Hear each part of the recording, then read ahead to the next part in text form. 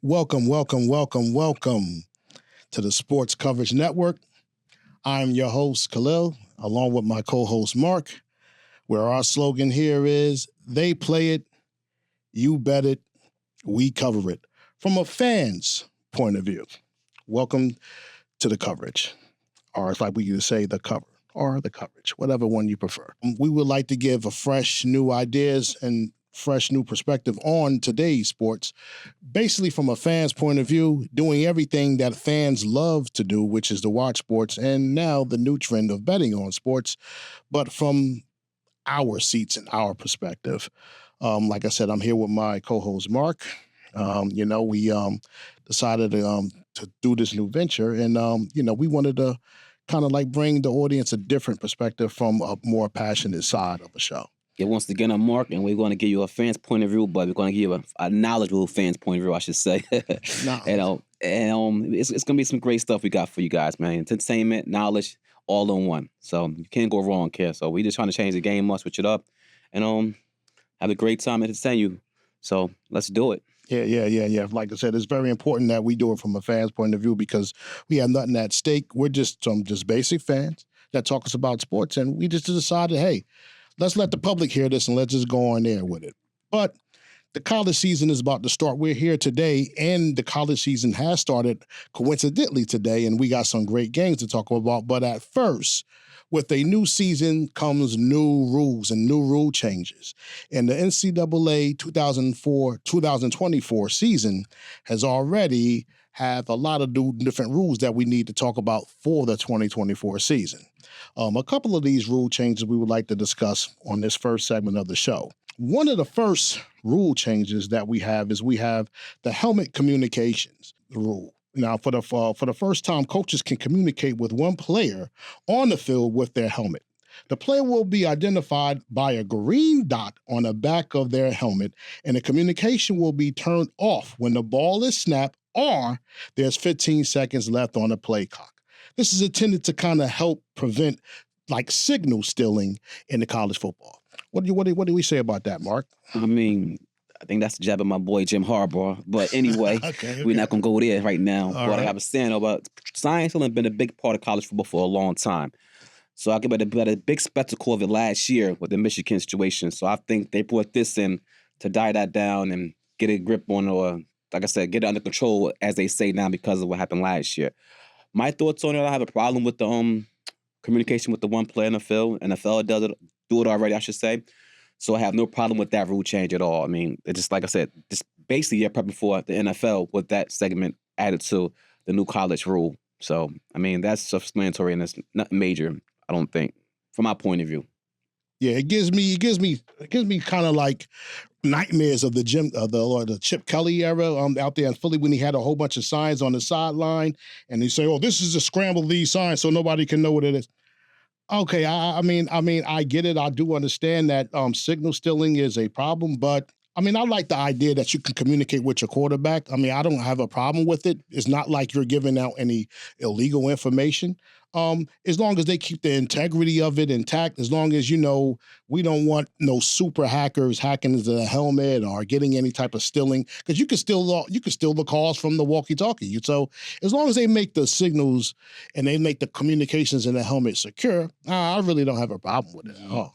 But once the play starts, that's very important. The communication is off. It doesn't. Once the play starts, there's no communicating with that player through the helmet for safety reasons. Of course, to distract them, something bad can happen. But like I said, once again, it's explanatory. I don't really have a problem with it. But the thing I will say about that is the sign stealing situation with me is you have to execute your play regardless. So if I know the play coming at me, if it's not executed the correct way, you still got to stop it. So I mean, that whole signal thing is just, like I said, blown up proportion to me. So you got to still execute the play. So you can run the same play 3 times in a row. If it's not executed, it don't get stopped. Simple as that. Yeah, you still got to stop it. And it's not like it's not like you're going to their practices and you have a scout out there saying, "Hey, listen, I want you to pay attention to their signal calling." No. Most of the time it's like, listen, what plays are they running and how can we stop it? Doesn't matter. You got a great quarterback under the helm. You're not going to stop anything at all. I mean, so I'm not necessarily worrying about it, like I said, but I think that is a good way to use technology And me personally, I think it will eliminate some time from the quarterback having to go to the sideline to get plays from the coach. I think that it will speed up the process of the game a little bit as well.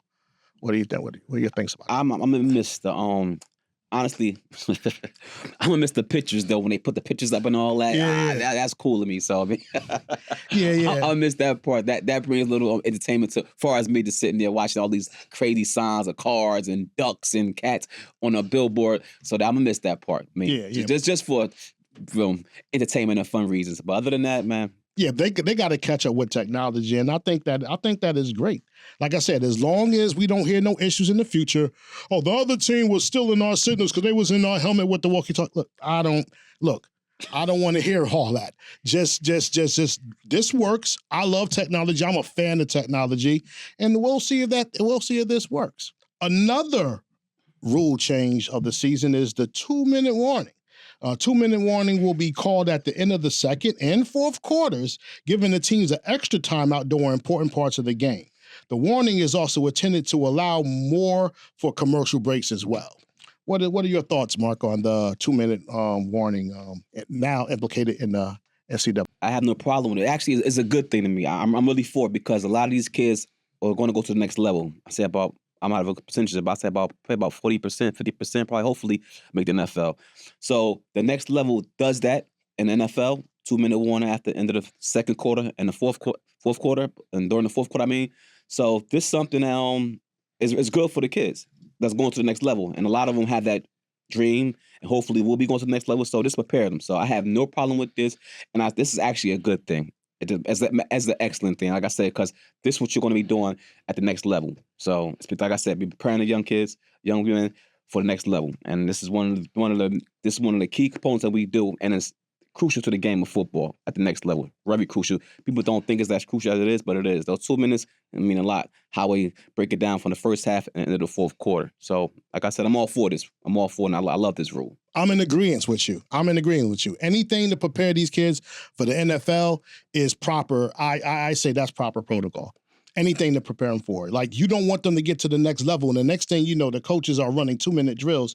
Like, well, why are we running 2-minute drill? What's the importance of it? Well, the 2 minutes, you get your timeout, you get the reset. Sometimes your game is on the line, and those 2-minute drills are crucial. I just said that. Very crucial. So very crucial. So I definitely agree. I think that a lot of rules should duplicate the next level. That's what I feel. And like I said, it will definitely make the game more interesting, and it gives them time to reset so these teams can win these crucial games. I think that without the 2-minute drill, the game is speeding up, and that's when you make mistakes. So I think they need to go back to the fundamentals, learn the 2-minute drill, have 2-minute drills at practice, and it makes the college game, like I said, it makes the speed a little bit different, it makes the game outcome maybe a little bit different, and most importantly, it prepares these young kids for the NFL. So I mean, I like this rule change, but we'll see how it goes in. So but there's a lot of other rule changes that's coming in these seasons. Of course, you got the digital tablet drills and in the coach's locker room and everything. So that's pretty well as well. But enough of the new rule changes, because I know there's a lot. But the big major change, the elephant in the room, is the new playoff bracket. I'm gonna let you. I'm gonna let you go and tell me how you feel about that, because I know that you're a big fan of it.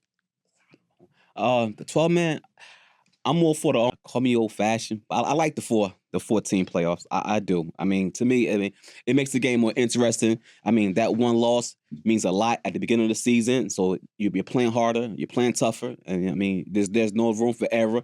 And like I said, my opinion, the committee got it right last year. I know it was a lot of slack with the Florida State issue, whatever, but I have no problem with the 4-man. Like I said, last year, I'm just agreeing with all top 4 teams that made it. There have been prior years, yes, teams I forgot left out that should have been in probably. I'll go with that. But I just think 12 teams is too many teams. I mean, it takes away the interest of the game with all those teams, because now you can afford to lose 1 or 2 games. And that one game, like I said, when you got that one game in the back of your head, you're going all out for the whole entire season. That's why I kind of like college a little more than NFL at this moment, because the whole season is crucial from the first game to the last game. Yeah, correct. Yeah, I know. On this segment, we have a correspondent, outside correspondent. He would like to add some more details to this new playoff bracket. We have Jason from Arizona. He's an outside correspondent of the show. Jason, are you there, Jason? Yeah, I hear you, sir.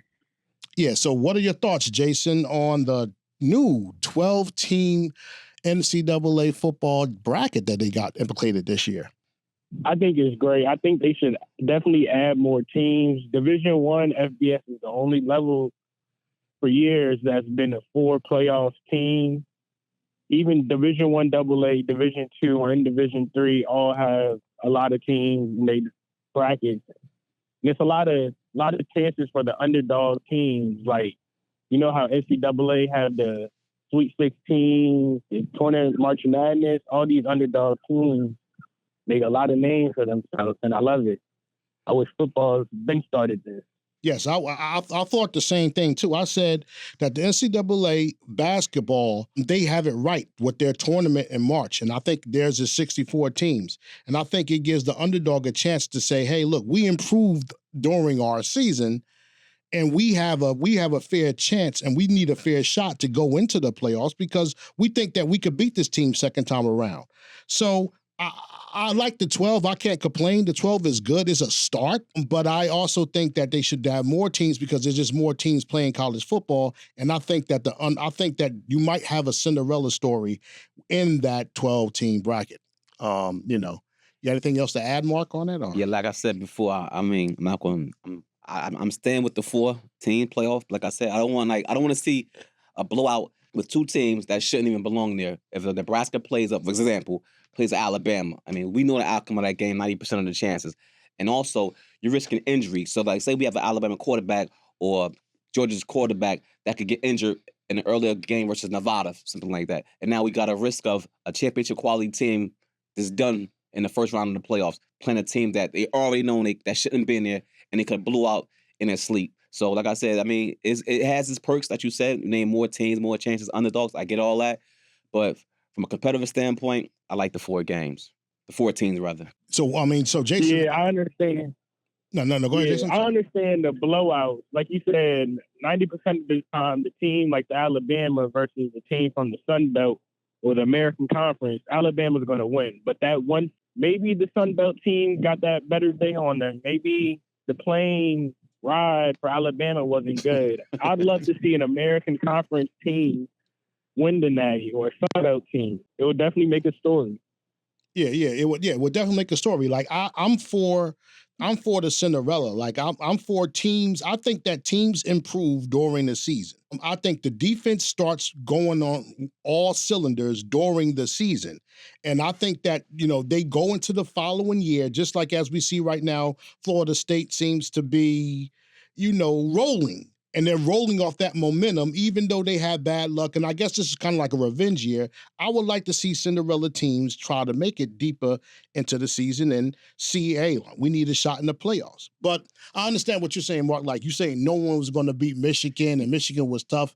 I mean, it's not about no one. I get that. It's not about no one. I don't think people or myself, we don't want to see these blowouts year after year after year. Because you're right. It's going to be one team, have a bad play right, had a bad dinner, and they're going to play better than the opposing team. I get all that. But for the most part, we're going to have a lot of blowouts when this thing first kicks off, I believe. But like I said, the test's going to be this season. We're going to see how it turns out. But my opinion, I think we're going to see a lot of blowouts and a lot of non-competitive football going with this 12-man playoff bracket. So, I mean, Jason, how do you think we avoid – I see what he's saying. Like, because the Michigan-Washington game was a blowout. But that was unexpected, though. Let's be fair. Okay. Washington was a good team all year. I'm not going to do that to Washington. They got beat by Michigan pretty bad. I get it. But, I'm not biased. I'm a homer of Michigan, of course. But I'm being fair. Washington had a great season and had a great quarterback. Yeah, Washington had a great season, and their season was so great that maybe the people that voted them in, I don't want to say it was fool's gold.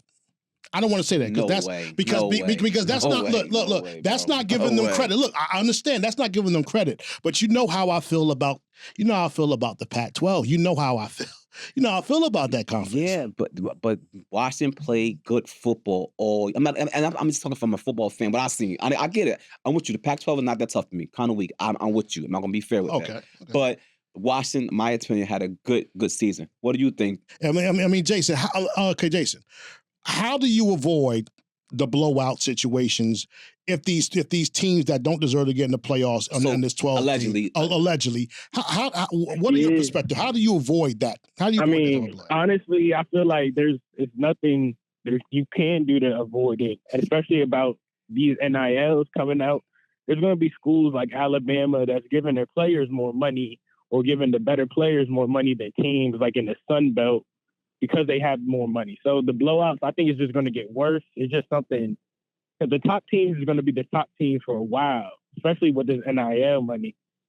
So it's going to be hard to really close that margin, but it's going to be competitive once everybody get even. But I mean, for right now, I mean, it's kind of hard.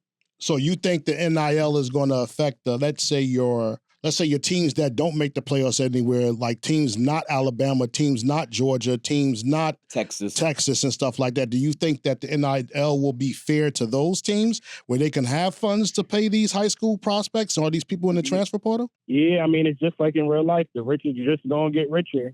The poor are just going to get poorer. So, I mean, the teams in the Sun Belt or the American Conference can't compete with the teams in the SEC because their money is way bigger. So it's like... And to be fair, but we can't. The SEC, the Big Ten, those schools' revenue, they bring a lot of money in also.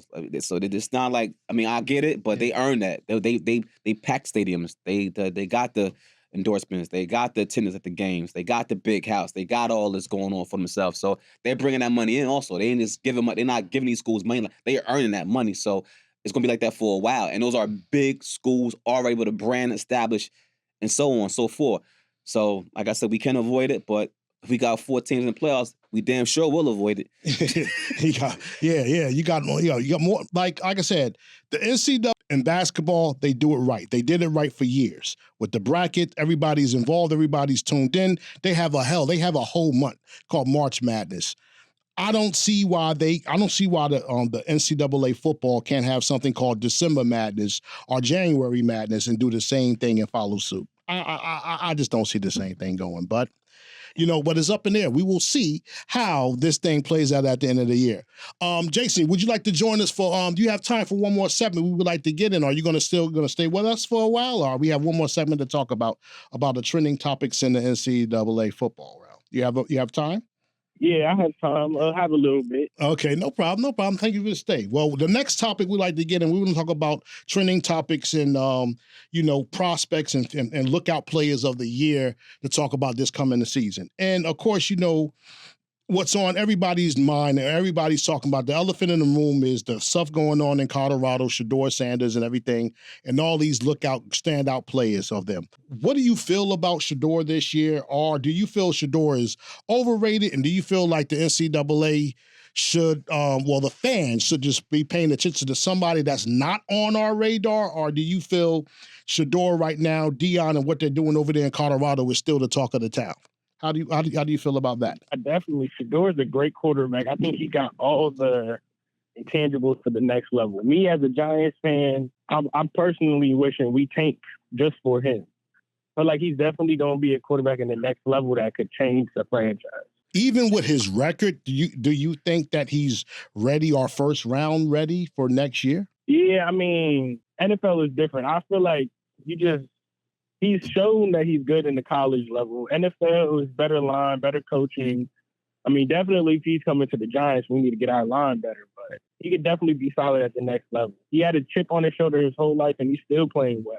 So, I mean, yeah. So, I mean, it's hard to say. Like I said, he did perform. I understand that he has line issues that makes him get sacked and everything, but I'm not going to hold that against him. He did perform well. He is a great, outstanding athlete. And the only reason why I don't put anything beside him or from what he did in Colorado his first year is because I still didn't forget his stats that he had at Jackson State. I still didn't forget. Shedeur's a dog, man. Let me tell you something. Let's take this straight, man. This dude played at Jackson State, did his thing at a high level, got to the big boy league, Colorado, played at a high level in the Pac-12, whatever. I mean, college D1, FBS level, and this guy's outstanding. He got all intangibles, like you said. He's good. He's good all around. That record do not reflect him at all. That's like everyone knows. The line is horrible. It's trash. But like I said, Shador is a dog. And I mean, I have no problems. He's not overrated. He's just right there. If he had a better team, he'd probably be in a Heisman race, my opinion. If he was on Alabama, Michigan, and Texas as their quarterback, damn Skippy, he would be a Heisman hopeful easily, my opinion. Yeah, well, that's some big words. That's no big. He's a dog, man. He's a dog. I mean, yeah, he's in the Heisman race. Of course he is. He's not going to be with Colorado though. That they're not going to, because that team record is going to hold him back from a Heisman. You can't win a Heisman with a losing record. Well, yeah, you're right, because he was in the race in the beginning of the season when they were doing well, and then all of a sudden it diminished and nobody was talking about it. They took a plane. Right. They went ahead. They took a nose plane, first into the ground. Yeah. So Jason, before you leave, is there, besides the Shador phenomenon, is there any standout college player that you're looking forward to see this year, or is there anybody that stands out that you know of in the college football realm that you want to put on notice or want to warn the audience about? I mean, not everybody already knows his name, but definitely Shador's teammate, Travis Hunter. I think he's a phenomenal player. I wasn't alive to see really Charles Woodson play both sides of the ball, but seeing Travis Hunter do it and playing damn near the whole game is definitely crazy. Okay, so you're staying on local on his team, and you're saying Travis Hunter. So you're saying that's another Heisman watch. That's my Heisman vote. Oh, okay, so if it had to go down to between Shador and Travis Hunter this year, and those are the final two options, who you think gets it? I'm going to Travis. Both sides of the ball, and he produced. Okay, yeah, that's a fair analogy. Well, Jason, look, we appreciate your time, the great correspondence of your show. Hopefully you could be a regular on the show over here, and feel free to always chime in if you want to talk college sports. We definitely appreciate your insight, Jason. And, we want you to enjoy your, by the way, season's greetings. As the college football season start today. So enjoy your games today. There's a couple of good games on. I know you're probably watching that Florida State game. So how we doing? Are you in tune to that game right now or no?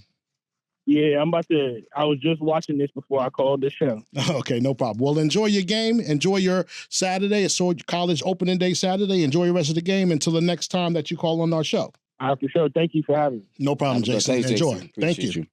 Yes, that was Jason calling the show. He's an outside correspondent, a friend of the show, a friend of ours, and he calls in once in a while and gives his insight on college. He's more on the college level because he's a college student, plays college sports. So he's a great person to tap in when we want insight on that. But, very good segment. Very good segment. So the theme of our show and the theme of what we're going to do on our network is basically geared towards betting and stuff like that. So we would like to get into a segment of our show, what we call going into coverage. Now, what we mean by that is this is the part of the show where we kind of like spend the last time of a few minutes of the show where we start talking about the spreads and what's going on this week in the betting world of sports. And I would like Mark, who is, I guess, the neighborhood guru or our guru person, we could say, he could introduce us into this world, which he does quite well. And I must admit, I looked at his stuff, I looked at his parlays for years, and I'm like, hey, this guy is good. So I mean, I'm glad he's a friend and not a foe. But Mark, take it away. Well, I mean, what do we got on the table this week? What are we cooking? We cooking a lot in the kitchen, man. We got Florida State, Georgia Tech, two ACC teams going head to head. Should be a great game. I believe the line is at 10.5 right now, 11, whatever, give or take. I like Florida State. Cover that 10.5, 11 points. I like them. Like I said, had a great season last year. They added DJ from Oregon State. As we know, DJ also played big boy ball in the ACC at Clemson before he lost his job as a starting quarterback. But like I said, I like Florida State in this game with 10.5 with DJ and the crew, and a lot of their starters is coming back from last season. Actually, they even went undefeated before the quarterback got hurt. Forgot his name. Apologize for that. But I like Florida State to cover this. I think they have a better team than Georgia Tech, even though Georgia Tech is improving a lot. on the defensive end of the ball. So I mean, like I said, I'm staying with Florida State. Well, I mean, unfortunately, this is not fair because the game is going on now. Yeah. So, your mind may have shifted now that it's going on. But you know what? I'm gonna be fair. I'm gonna stick to my guns and my point I had before the game started. What we talked about when we was prepping. I have to object here as far as the spread. 11.5. I ejected it, and I'm not the only one because, as we mentioned before, that the spread was going down. It was at 13. Fair enough. Now it's at 11. So people probably feel the same way I feel, even though the game is going on now, and I might eat crow. I just felt that the 11 was too much, and I think that Georgia Tech may surprise people in this game. That's what I think. You said the defense got better. Did they? They hired the defensive coordinator from at Duke. So apparently he is specializing, and he made it that his emphasis that he's going to stop the run. Florida State has a great running game. Hell, their running back is in the NFL. But in Florida State, I believe they opened the game up with a nice run of that Georgia Tech defense, surprisingly, because the defense supposed to got surprisingly. Yeah. So anyway. So, like I said, but also, I'm going to be fair, though. Georgia Tech has a pretty decent quarterback. But yeah, 25 touchdowns last season, I believe. I think 6 quarterbacks threw for 25-plus touchdowns or 25 even. So, I mean, he is a good quarterback. But, like I said, and I like Florida State. But like I said, Georgia Tech got that spread to drop because of what they bring to the table. And I think everyone started analyzing that team is better than what they were last year. And also, as they analyzed winning for the year, they saw that they're a better team than that 13 points they was given at the beginning of the season, or I say 2-3 weeks ago, rather. Yeah, I mean, the only reason why I was skeptical, and like I said, I'm going to stick to my guns. I'm not going to cheat just because the game is on now and we're recording an hour later. I'm not going to cheat. I'm going to be fair. I'm going to stick to my guns. The game is in Dublin. The game is in Ireland.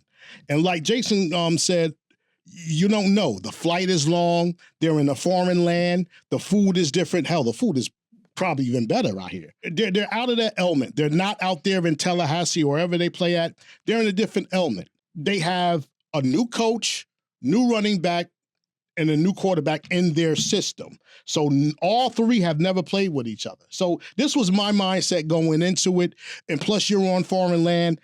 The comfortability of it was going to be different. So that's the reason why I said, Georgia might surprise people, and the coach was hired there at Georgia Tech specifically to stop the run.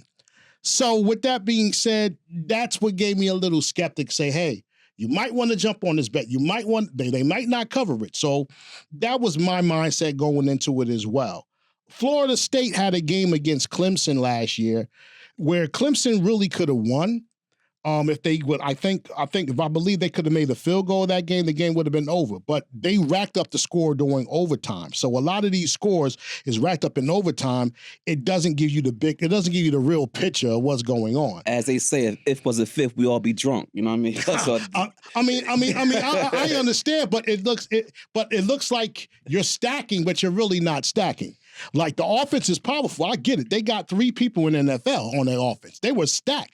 But they don't have that this year. But I'm eating crow because their new running back just ran a 30-yarder, 1 touch. So that was my mindset coming in, and that's the reason why. It's a good mindset. So I admit. I mean, I eat crow like this is, but mind you, this was. It's going to be a close. Listen, I got to stick to my guns too. But no, it's going to be a good game, and I think now it's going to be a hard 10.5 probably to cover. But I think they can. But it's not going to be easy. I'm gonna be fair though, because like I said, Georgia Tech is a better team. Like than they were last year, my opinion. So yeah, that's fair enough. So what going to go into the Southern? We're going to do SMU, man. Okay. Yes, sir. Okay. Southern Methodist, okay. Yes, sir. All right, start it off, girl. Start it off. Yeah, I got SMU in the playoffs. I'm about to shake the room up a little bit. Okay, you got SMU is listen, had a good season. They won defeated in their conference. I understand it wasn't a great conference. I'm for that. I always say them conferences are weak and all that. Okay, I go with that. But I believe they're a better team than the conference displays as far as talent and football. I believe they got it. I mean, I like their quarterback. And also, I believe that in the ACC will be a real test for them, but I think they need this test. And I think actually being in the ACC going to push them a little more. Being in the ACC, because now they got to play even harder than they played last year, because now we've got 12-man playoffs, and they have a chance to make the playoffs this year, actually, with the 12-man edition, with the 12-team edition, I should say. So like I said, I really like this team a lot. Mind you, we're going to go back to this. We're going to go back to this from, January, December, when the playoffs start. Mind you, this is August. Remember I said this. I have SMU in the playoffs. I love them covering that spread. What's the spread again? 27.5? 27, 25? Whatever it is. 28. Give me 28. I'm taking 28 by SMU. I think they're going to run all over Nevada. They killed them last year, and they're going to kill them again this year. That's my opinion. I love SMU in this game, and I love them all season to have a great season. I agree with you on this. I totally agree. They're coming in. Nevada has a head coach making his FBS debut, actually. So this is his first year doing that, and so anytime you have a change like that with a team that's high rolling like that, I always say that the streak will continue to roll. So I really have no objections with this at whatsoever. You said it. You summed it up pretty well. I mean, a new conference, I don't see that being a problem. Me either, at all. The ACC conference, I don't see them changing that conference being at all, because they performed in the last conference they was in. Their quarterback is great. Well, he had didn't he have like the longest winning streak or something like that? Yeah, he did. Yeah, good point. He sure did. He had the longest winning streak as of now. And like I said, also I don't see Clemson. And those teams, I might eat crow later, as you would say, eat crow. But I don't see Clemson being Clemson anymore. So SMU have a hell of a shot in that ACC. Like I said, Florida State, they may give them some trouble. And that's one team. Like I said, they will probably get better as season go along, and they figure them out. But I really like them making this move in the ACC. And like I said, this should be interesting, not just betting wise, but entertainment wise, and also football wise. I love this move for them. I love it. Like I said, so you got them winning. I got them in the playoffs. You got them winning ACC. I got them in the playoffs. You got them in the playoffs. I got them in the playoffs. When the ACC, they have a chance, a good chance. Power ranking 25. Oh, definitely. I got them in top 25. Definitely.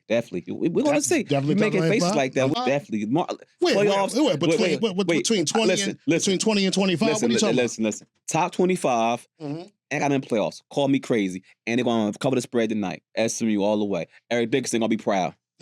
Look. I know they're going to cover the spread. That's no question, because Nevada. No, seriously, man. They're a good team. They're a good team. And I'm hard on teams in those weak conferences, but I think this one of those teams that they're better than their conference displays. I'm gonna say that again. I'm gonna give them that much credit. Yeah. At this point, if you bet against them, you're just a gambling man to lose money, and you're just hoping on that Cinderella upset of the day.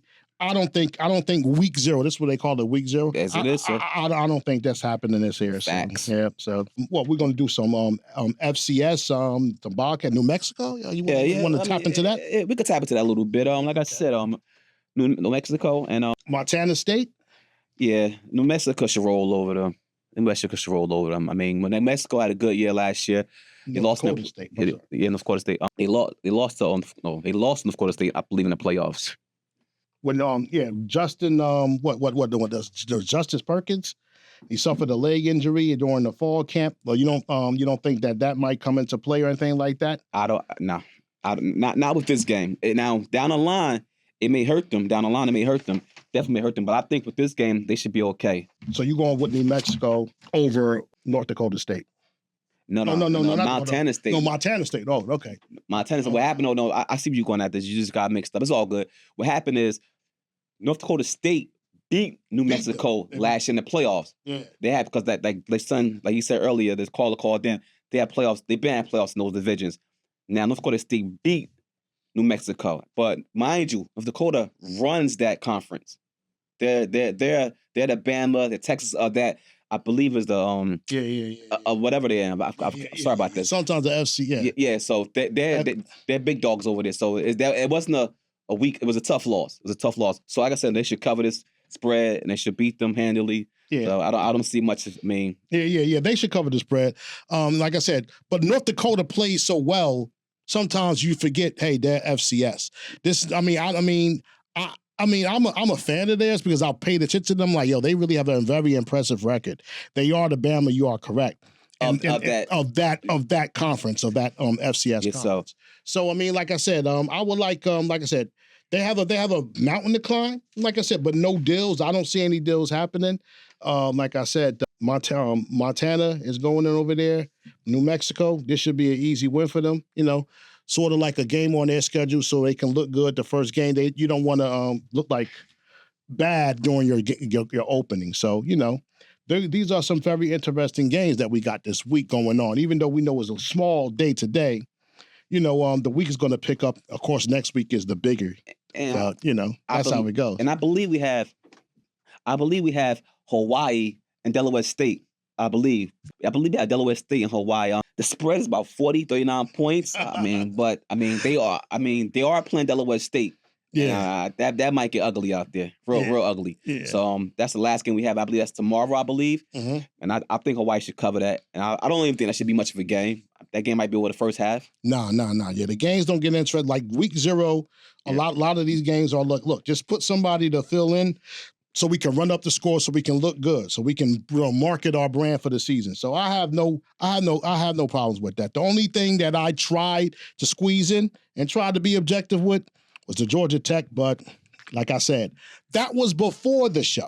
That was my feelings before the show. But I'm not going to change up and switch up because we're in here and they're playing. No, I'm not going to do all that.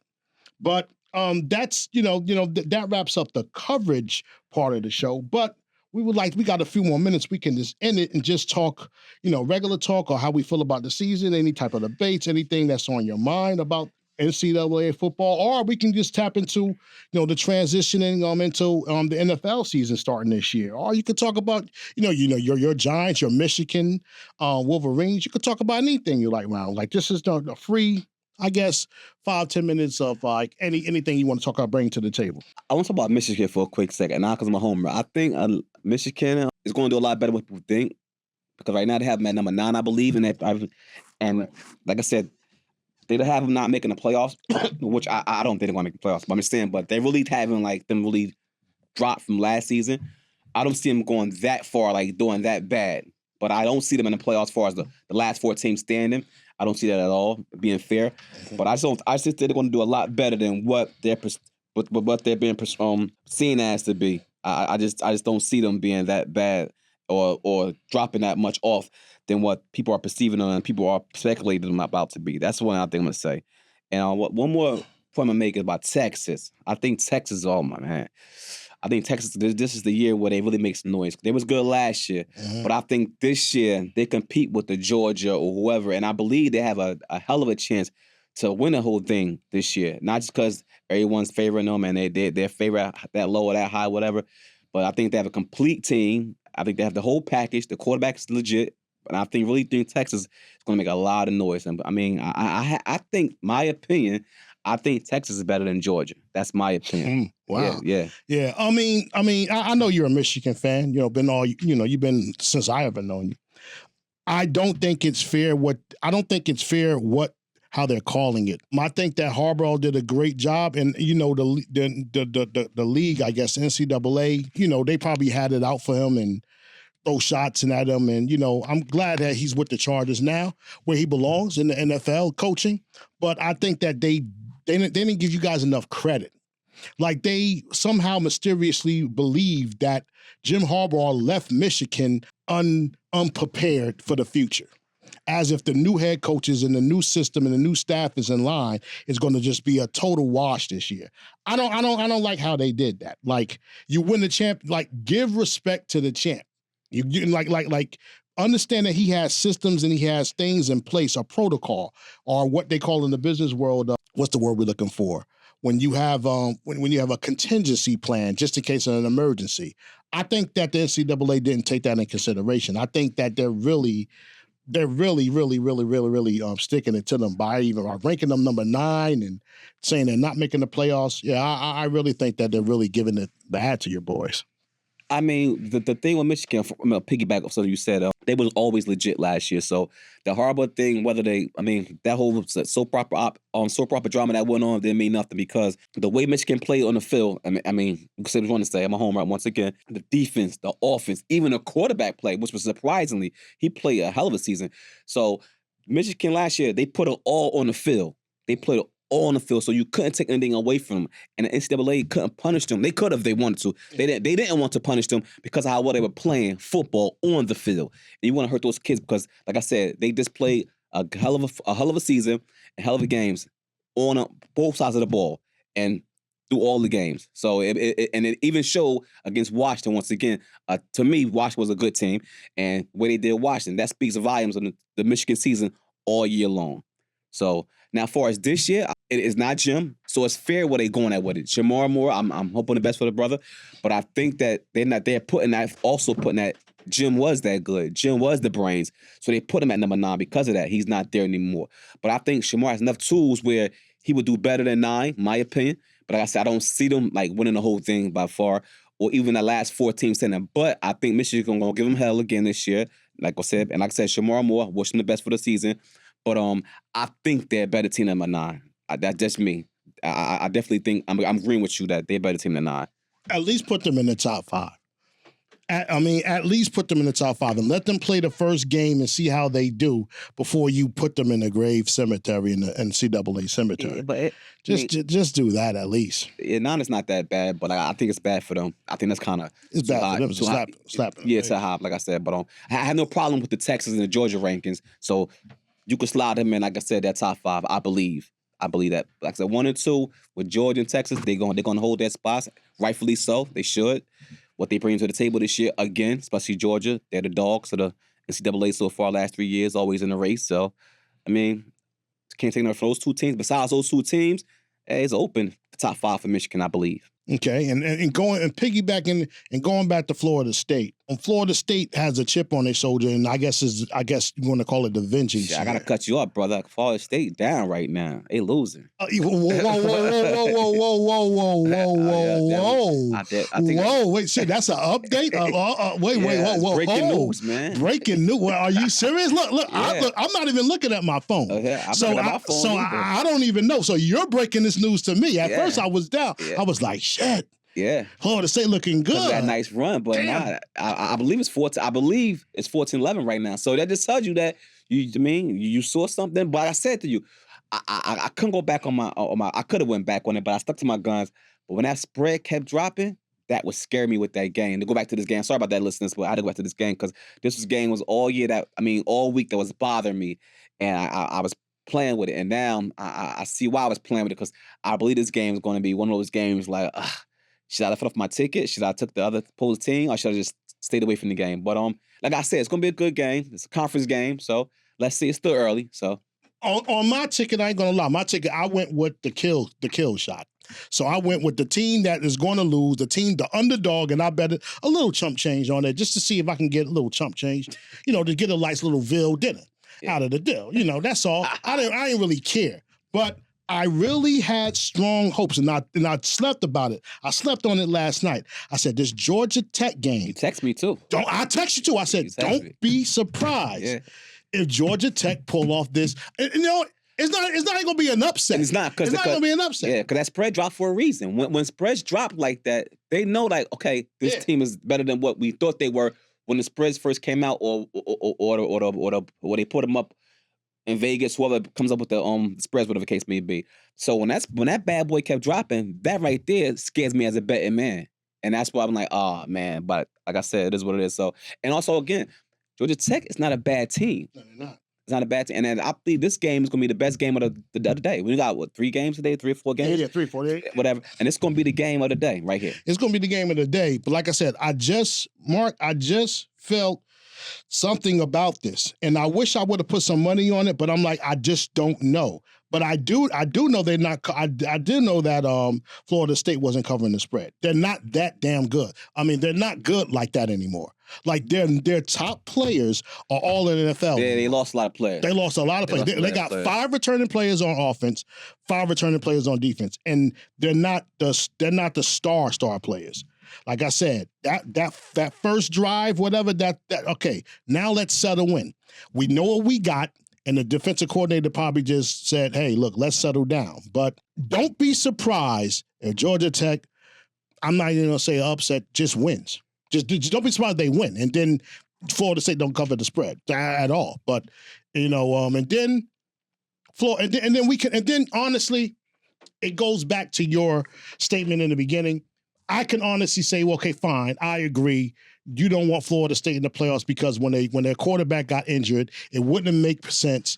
And this right here will show without their quarterback, without their star quarterback, it's a different Florida State team. So it goes back to your point. Yeah, because I'm with the committee on that. The committee they didn't want to put them in when the quarterback went down, and rightfully so, because them in the playoffs with a second string quarterback at that level of football at that time of the season would have been not competitive, and it'd have been ugly. So I agree why they did it. So I have no problem with that, but they definitely needed him. But like I said, they added DJ from Oregon State, so that's no excuse right now what's going on with the quarterback play. I believe DJ has enough to stay with Georgia Tech, but right now Georgia Tech is giving him hell. So he's a decent quarterback. He's decent. Yeah. Is he great? No, I'm not going. He's decent. I don't know where they get these Heisman hopefuls. I was reading about that somewhat. Heisman, so, I don't see that. So, I don't see why they put him up in the Heisman race. So I put all of that in the formula, and I said I just don't feel well about this. I don't. I slept on it on a ride up here this morning. I contemplated. I was thinking. I said, this Georgia Tech. Don't sleep on this Georgia Tech. Don't sleep on it. And sure enough, I'm like, hey, let's go. But we'll see. We have a very, very, very, very busy weekend, so we'll definitely see what's going on. So any last words from you, Markham, before we wrap this show up? This first sound test show of the TSC and network. The Sports Coverage Network. The Sports Coverage Network. Nah, I mean, everything was smooth. We'll see. It's a sound test. Let's see how the sound test comes out with some great things. But like I said, during the season, hopefully everything get rolling. When we got them good games and a lot more at stake, it's going to get even more interesting. But I got nothing to add. I mean, it's pretty good. You did a decent job as a host, as a co-host, whatever you want to call it. And I mean, I'm fine with everything. Yeah, stay tuned. When we say sports, we cover every sport. And we would like I said, to welcome anybody and as we embark on our journey. But like I said, we're just doing this from a fan's point of view, from a betting fan's point of view, but from, more importantly, a fan's point of view. And we just here trying to make it shake. That's it. That's all we're trying to do. Until next time, we appreciate you listening for our first sound test show, and we appreciate you, and we definitely look forward to hearing from you in the future. Thank you guys, and enjoy your football NCAA opening Week season. 0. Week 0. Agent 0. Nothing. Nada. It's a wrap.